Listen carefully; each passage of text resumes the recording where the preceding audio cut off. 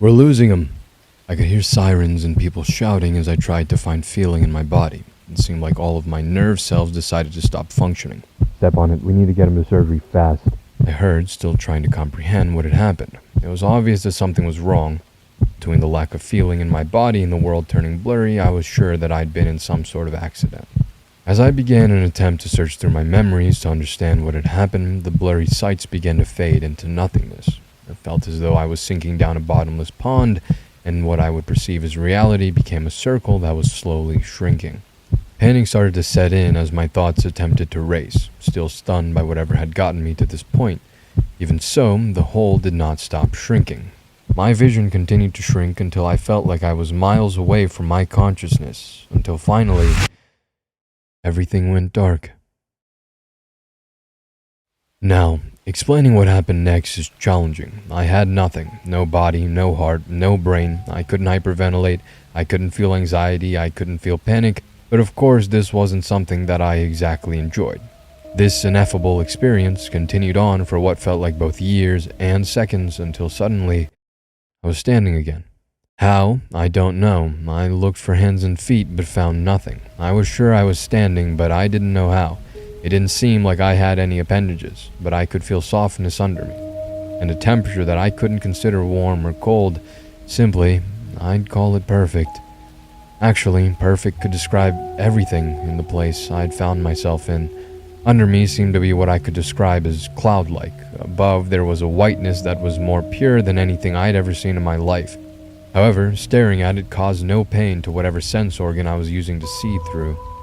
Looking around, it wasn't empty either. There were creatures. I don't know whether to call them large or average. My perception wasn't consistent. At times, they seemed like they were towering 10 to 15 feet high, and other times they would be no larger than a normal person you'd see anywhere. The creatures had no clothing. Actually, I don't know how to go about describing them. Although I wish I could say they were humanoid, that wouldn't be accurate, nor would it be accurate to say they had fur or scales. They simply existed outside the scope of my comprehension. They seemed to be communicating and radiating what I could only describe as peace. They all seemed content, like what I imagined an enlightened person would exude.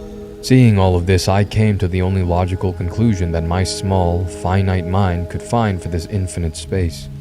I'd died and gone to heaven, this place of bliss and perfection. I had assumed the other beings were angels. As my mind pondered whether I should be glad I got to heaven or whether I should be upset that I was dead, the beings noticed me. They didn't seem surprised, upset, or disconcerted, but my presence seemed to become known to them. Soon after, the ground beneath me started to lift, and when I say lifting, I don't mean something like you'd see at a concert where the musician is slowly raised up. No, I mean, I started going upwards at a speed that may as well be called teleportation. Once the movement ceased, I was confronted with another being, this one absolutely massive, giving off a sensation of absoluteness, a feeling of infinity. Another ineffable feeling that I could only assume can only be experienced on the edge of or after death. As I stared with absolute awe at the being, I heard a voice. "Hello, little one. What brings you here?" Said a gentle voice that seemed to come from everywhere outside my ears and inside my head.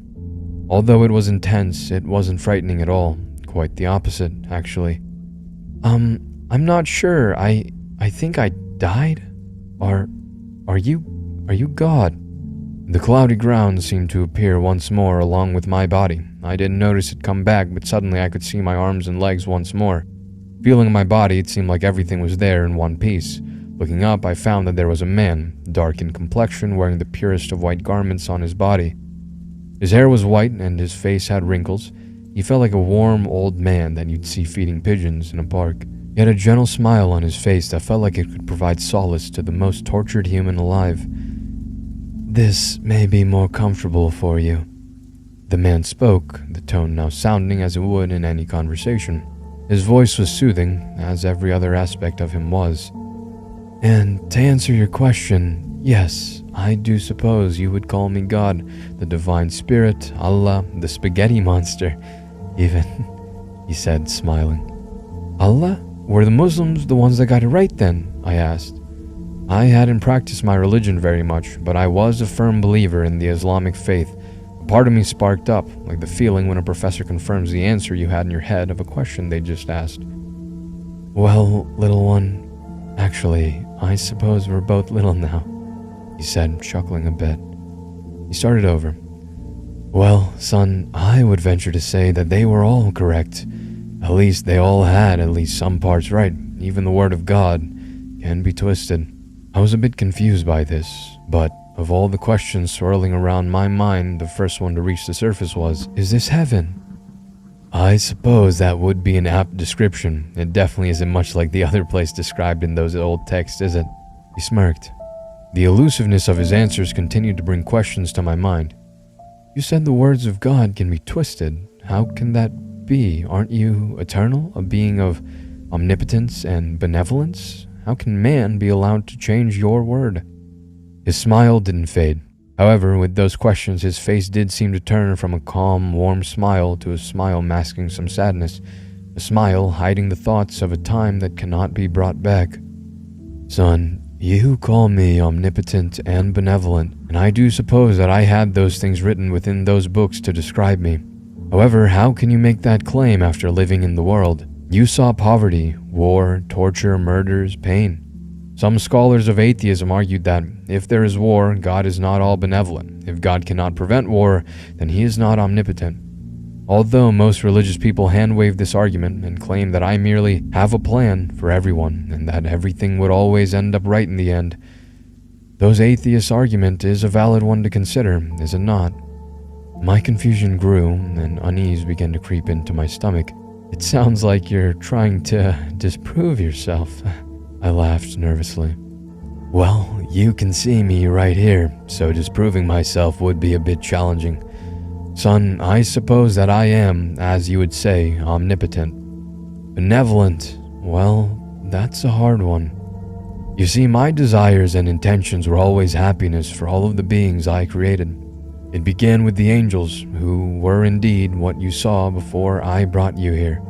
They are content, satisfied. Creating them was lovely, and their joy is wonderful. However, their will is not as free as yours. Sure, it's not completely predetermined, but they don't have the same capacity to feel and experience that I bestowed upon you humans. Although my intentions were benevolent, the result of creating you wasn't what I'd intended. It's why I wrote and sent down so many messages. Although you've all gravitated into the main three factions of Judaism, Christianity, and Islam, each book was an attempt to guide you all on the right path, many attempts for everyone to be happy. Even those that didn't follow the books and went down the path of Taoism, Buddhism, or Hinduism, they found the underlying positivity, acceptance, and contentment that I folded into the universe when they became enlightened. I said my words could be twisted, as they can. Your free will allows you to take the things I've said and either interpret it in a way I never intended, or append things to it that I never said. This is why there are so many sects of Christianity, why they all have such radically different teachings and practices. I didn't make that many for variety, you know. I sent those teachings down trying to bring everyone happiness. The story of the first people, Adam and Eve, would teach something like honesty. The things I did for who you would call the prophets, such as splitting the ocean, they were meant to reinforce the belief of my teachings and simply prove my existence. If everyone believed in God, in me, and they believed they would be punished if they didn't behave quote-unquote properly, then they would follow the teachings. I even tried to start over with that flood at one point. I'm not sure if you ever notice, but if you look at most religions, the end story of most of them isn't to be a pious nut, although some people took that route. The moral of most of those books, at least the ones that haven't been so twisted, is simply to be decent. Don't do things that are bad for you and care about your fellow humans. I was bewildered, unaware how to process any of this. God was saying that he tried to give us happiness, to give everyone pleasure. Was he saying that our suffering is our fault? As though reading my mind, he continued, "I gave you free will. That is the hallmark of your human race. Although you can theorize and philosophize about not having free will and the predetermination of everything, even that is an act of free will. My omnipotence allowed me to give you that free will, to create not only a planet but an entire universe for all of you.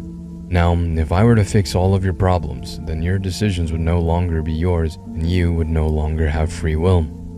I may be reasonably benevolent and omnipotent. However, using that omnipotence to destroy the entire reason that I created you lot in the first place didn't seem right. I could by force change your entire evolution, biology, and psychology to make everyone happy forever. However, that quite simply goes against the point of your all's existence.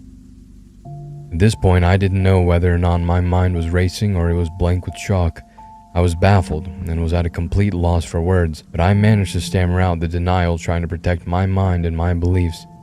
Then, what about me?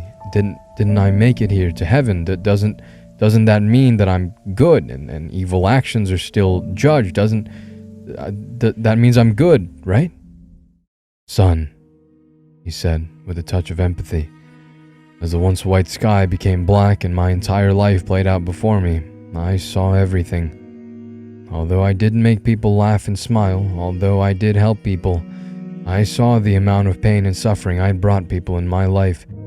I saw the amount of rage I caused. I saw every moment in my life that I hurt someone, either by accident, on impulse, or by choice. I knew I wasn't the best person. I tried to turn things around, and watching my life, I did make progress, but it was clear. If I watched this movie of my life and tallied up my positives and negatives, and then we got to the end, the moment that led me here. I wasn't caught in an accident. I caused it. It was late and I was driving home. I thought I was close enough that I could text a colleague back about a question they'd ask. There was a teenage girl. She was definitely injured, but this was a replay of my life. I just saw myself attempting to jerk the wheel, but running into a tree as the film stopped. I saw all of this in real time in what felt like both eternity and minutes. I slowly turned back to the figure of God. Why am I here? I choked out, as tears streamed down my face. Well, son, in all honesty, the whole burning and fire thing wasn't true. I never created a being whose sole purpose was to lead you humans astray, nor did I create a place to torture you bloody after you died. That was mostly written as an attempt to sway you to choose to do good, but it didn't work. He took a deep breath, sighed, and said what it seemed he'd been holding on to. Honestly, I also don't know why you're here. This place has been closed off to your kind for a long, long time. I haven't spoken to or seen any of you in many, many years, seeing your kind slaughter each other for ages.